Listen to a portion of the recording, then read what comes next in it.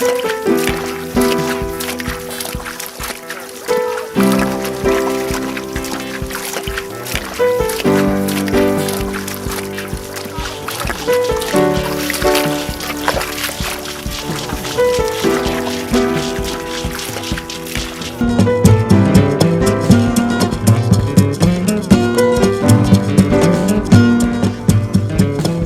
rendements du riz sont bas en Afrique, mais peuvent être plus élevés.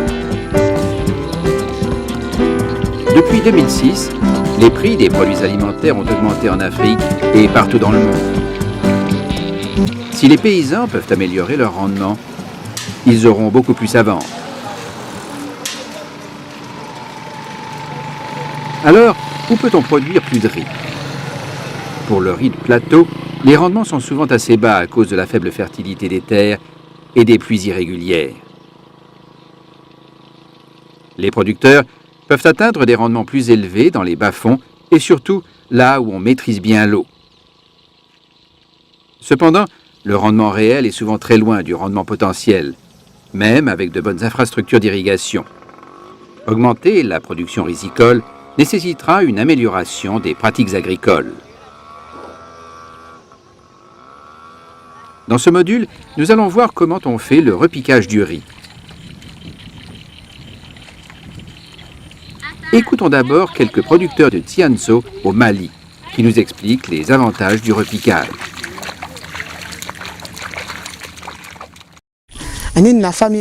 Dans le temps, nous avions l'habitude de semer à la volée.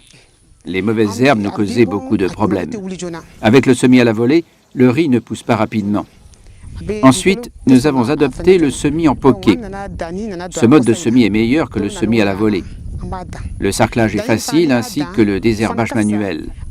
Maintenant, nous repiquons le riz en divisant le champ avec sur une partie le semis à la volée et sur l'autre partie le repiquage. On voit directement que le repiquage est plus rentable.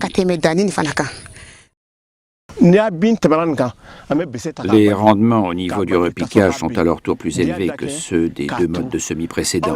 Les rendements au niveau du semis à la volée représentent le tiers de ceux du repiquage. Les autres avantages sont que le repiquage du riz permet d'économiser la semence et de sélectionner les meilleures plantules.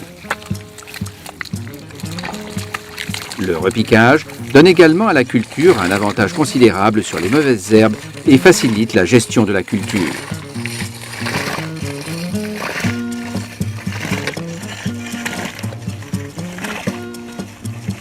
Maintenant que nous connaissons les avantages du repiquage, voyons par où commencer. Utilisez des semences de bonne qualité pour obtenir des plantules vigoureuses. Néanmoins, ne semez pas trop dense votre pépinière car cela vous donnera des plantules chétives et elles prendront trop de temps avant qu'elles ne soient assez solides pour être repiquées.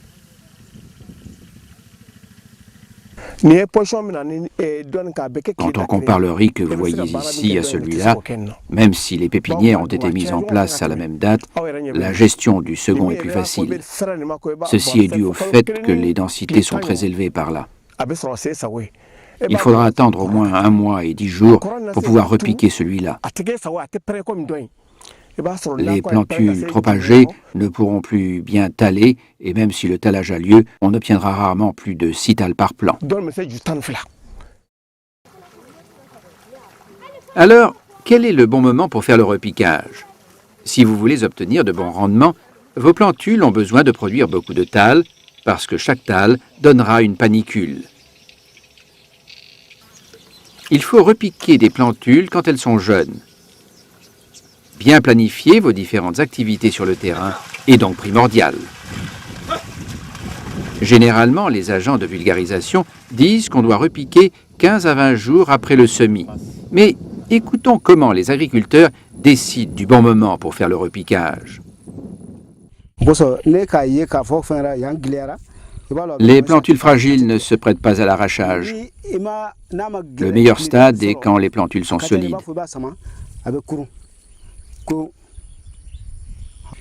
On peut aussi compter les feuilles. Nous avons ici 1, 2, 3, 4 et 5 feuilles. Je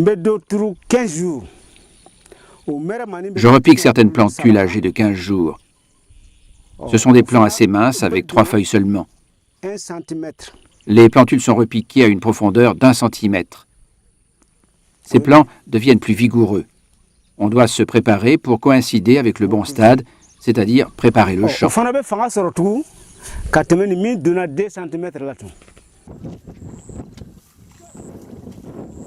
En général, quand vous repiquez des plantules plus âgées, elles donneront moins de tâle et subissent un choc plus important au moment de l'arrache.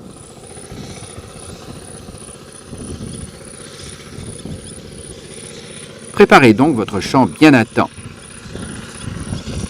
Assurez-vous d'avoir bien plané votre terrain et que la mise en boue est bien effective. Cela facilite le repiquage des jeunes plantules. Si possible, inondez le champ avec une mince couche d'eau pendant quelques jours avant le repiquage. Notre champ doit être prêt au moment où notre pépinière ne dépasse pas les 2 semaines. Maintenant, nous pouvons commencer à repiquer les jeunes plantules. Irriguez la pépinière avant l'arrachage. Ceci réduira les dommages sur les plantules. Une fois arrachées, repiquez les plantules le plus tôt possible. Cela les empêche de se dessécher.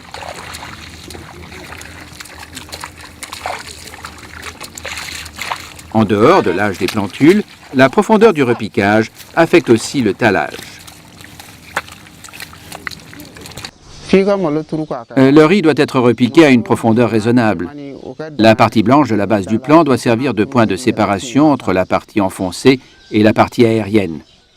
La partie verte doit rester en surface. La reprise est retardée si la partie verte est enfoncée dans le sol. Examinons pourquoi la profondeur du repiquage affecte le tallage. Dans cette photo, vous voyez 2 plantes, une avec beaucoup de tâle et une autre avec peu de tâle. Au moment du repiquage, ces plantules avaient la même vigueur. Cependant, celle qui est à gauche a été repiquée à une profondeur d'environ 3 cm, tandis que celle à la droite a été repiquée trop en profondeur. Les racines de la plante de gauche se sont rapidement réinstallées et les tâles ont commencé très vite à émerger du nœud basal où la tige et les racines se rencontrent. Cependant, les racines de celle de droite, qui a été repiquée trop en profondeur, ont manqué d'oxygène et sont mortes.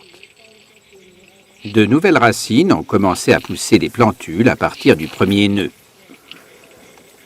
Plus tard, des tâles ont aussi émergé de ce premier nœud, mais elles étaient beaucoup moins nombreuses que celles de la plante de gauche, d'où beaucoup de tâles de son nœud basal ont poussé.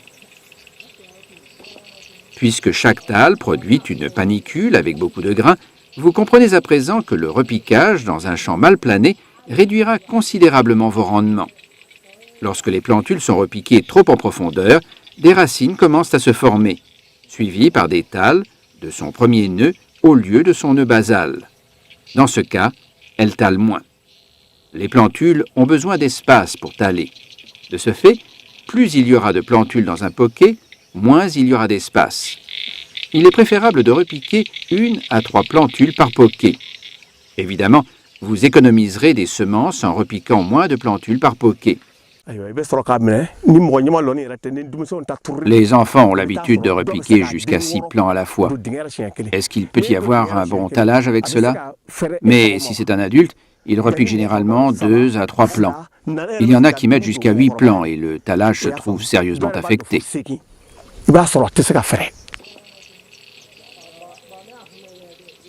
Le riz a besoin d'espace pour taller. Il tale pour capturer le maximum de soleil. Comme le tallage s'arrête au moment de la formation des panicules, il est important qu'à ce moment, la couverture soit totale. Cela se produira lorsque vous repiquez à des écartements de 20 cm. Si, au moment de l'initiation paniculaire, vous apercevez toujours l'eau ou le sol sur le champ à travers la canopée, cela veut dire que la couverture n'est pas totale et le rendement sera inférieur à l'optimal. En plus, les espaces entre les plantes faciliteront le développement des mauvaises herbes.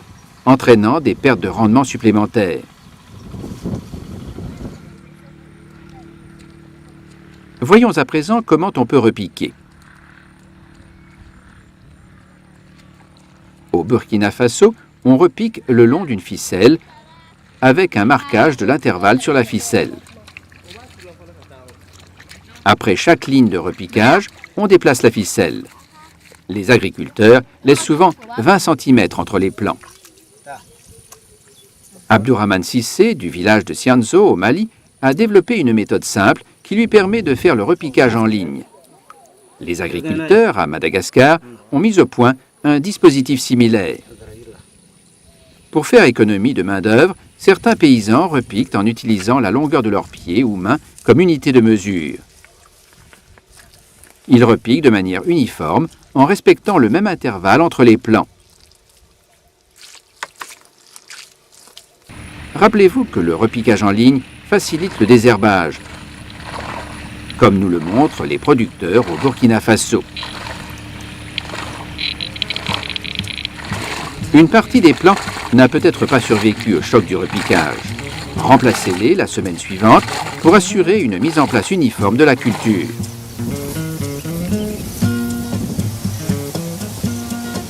En résumé, qu'est-ce qu'on a appris?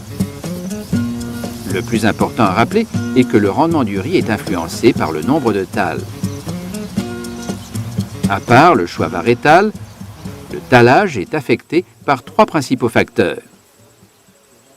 Premièrement, le tallage est affecté par l'âge des plantules au moment du repiquage. Les jeunes plants devraient avoir environ 4 feuilles au moment du repiquage, parce que les plantules trop âgées ne tallent pas bien. Pour ce faire, préparez votre terrain et pépinière à bonne date. Deuxièmement, il y a la profondeur de repiquage. Le riz repiqué trop en profondeur donnera peu de thalles. Troisièmement, gardez assez d'espace entre les plantes, préférablement environ 20 cm. Et limitez le nombre de plants par poquet pour optimiser le tallage. Un bon repiquage nécessite planification et discipline, mais nous permet d'arriver à une bonne récolte.